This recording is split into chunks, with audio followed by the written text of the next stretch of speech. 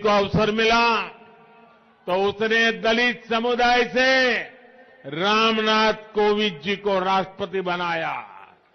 जब बीजेपी को मौका मिला तो उसने आदिवासी समुदाय से द्रौपदी मुर्मू जी को राष्ट्रपति बनाया।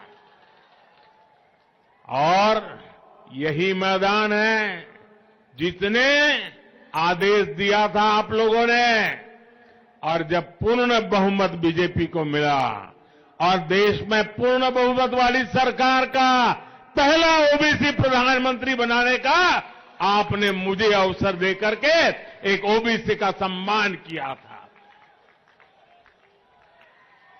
और जैसे इसी मैदान से पूर्ण बहुमत वाली सरकार का ओबीसी प्रधानमंत्री पहली बार बना, पूर्ण बहुमत वाली सरकार का बीजेपी का सीएम भी ओबीसी पहली बार यहां बनने वाला है। परिवारवादी पार्टियां कभी किसी दलित, किसी पिछड़े, किसी आदिवासी को आगे नहीं बढ़ने देती, जबकि आज भाजपा देश की एकमात्र पार्टी है जो ओबीसी समुदाय को सबसे ज्यादा प्रतिनिधित्व देती है। केंद्र की एनडीए सरकार में 27 ओबीसी मंत्री है, जो अब आजादी के बाद पहली बार इतनी बड़ी तादाद में ओबीसी मंत्री केंद्र सरकार का नेतृत्व कर रहे हैं। आज देश में बीजेपी के 85 ओबीसी एमपीज है। आज देश में बीजेपी के 365 ओबीसी विधानसभा सदस्य है। आज देश में बीजेपी के 65 ओबीसी विधान परिषद सदस्य है।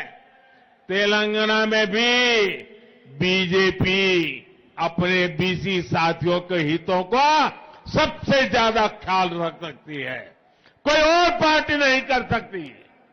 आप लोग खुद साक्षी हैं कि यहां तेलंगाना में बैकवर्ड क्लास को आगे बढ़ने के लिए सही संसाधन नहीं दिए जाते। बैकवर्ड क्लास के युवाओं को नौकरी देने में भी तेलंगाना सरकार गंभीर नहीं है। बैकवर्ड क्लास के युवाओं का भी स्किल डेवलपमेंट हो, इस पर भी तेलंगाना सरकार उतना ध्यान नहीं देती। बीसी कल्याण के लिए यहां बीआरएस ने हर साल 1000 करोड़ रुपए का फंड देने का वादा किया था। आप बताइए, क्या इनमें से किसी वादे को पूरा किया क्या? कोई वादा पूरा किया क्या? एक भी वादा पूरा किया क्या? साथियों, कांग्रेस और बीआरएस ने कभी भी पिछड़ा वर्ग को निर्णय लेने का अधिकार नहीं दिया, कभी उनका मान नहीं बढ़ाया। ये भाजपा है जिसने ओबीसी कमीशन को संवैधानिक दर्जा दिया। ये भाजपा ही है जिसने ओबीसी आरक्षण संशोधन बिल को सदन से पास कराया। इस बिल की वजह से राज्य सरकारों को ओबीसी लिस्ट तैयार करने का अधिकार मिला है। ये भाजपा ही है जिसने मेडिकल और डेंटल कॉलेजों में ओबीसी के लिए 27% रिजर्वेशन को लागू किया। हमारी ये कदम सोशल जस्टिस, सामाजिक न्याय की दिशा में हमारे कमिटमेंट के प्रमाण है। जब हम गांवों में महिलाओं के सम्मान के लिए करोड़ों शौचालय बनवाते हैं, जब हम करोड़ों महिलाओं को धुएं से मुक्ति दिलाते हैं, जब करोड़ों गरीबों को अपना पक्का घर मिलता है, जब करोड़ों गरीबों तक पक्की सड़कें पहुंचती है, जब करोड़ों लोगों को 5 लाख रुपए के मुफ्त इलाज की गारंटी मिलती है तो इसका बहुत बड़ा लाभ बैकवर्ड कम्युनिटी को ही मिलता है। समाज के हर वर्ग को आगे बढ़ाने, सम्मान के साथ जीने और न्याय पाने का अवसर मिले, यही भाजपा का प्रयास है। इसलिए आज बीसी, एएससी, एसटी, गरीब, वंचित, शोषित वर्ग का हर व्यक्ति भाजपा के संकल्प के साथ खड़ा है। साथियों, हमारे बीसी समुदाय में बहुत बड़ी संख्या में विश्वकर्मा भाई बहन भी आते हैं। विश्वकर्मा साथियों के बिना रोजमर्रा का जीवन की कल्पना भी नहीं की जा सकती। हमारे कुम्हार हो, सुनार हो, सुथार हो, मूर्तिकार हो, कपड़े धोने वाले हो, कपड़े सिलने वाले हो, जूते बनाने वाले हो, बाल काटने वाले हो, ऐसे बहुत से साथी बीसी समुदाय से ही आते हैं। ऐसे लोगों के लिए ही भाजपा सरकार ने पीएम विश्वकर्मा योजना बनाई है। इस योजना के तहत हमारे विश्वकर्मा भाइयों बहनों पर 13,000 करोड़ रुपए खर्च किए जाएंगे। इससे उन्हें अपना जीवन स्तर उठाने में, अपने जीवन से अन्य परेशानियां दूर करने में बहुत बड़ी मदद मिलेगी। ना कुटुंब सभ्युलारा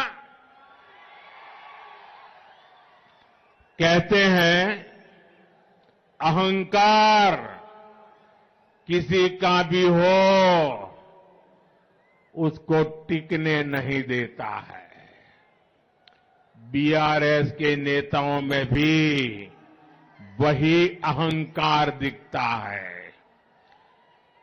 2019 के लोकसभा चुनाव में तेलंगाना के लोगों ने ऐसे अहंकारी सीएम को अपने वोट की ताकत से जवाब दिया था। इसी बौखलाहट में यहां के नेता मोदी को गाली देते रहते हैं। बीआरएस के भ्रष्टाचार के तार दिल्ली के शराब घोटाले से भी जुड़े हुए हैं। जांच एजेंसियों ने जब उनके भ्रष्टाचार की जांच शुरू की तो ये लोग जांच एजेंसियों को भी गालियां देने लगे। लेकिन आज मैं ऐसे लोगों को डंके की चोट पर कहना चाहता हूं, भ्रष्टाचार के खिलाफ कार्रवाई होके रहेगी। जिन्होंने जनता को लूटा है उनको लौटाना ही पड़ेगा।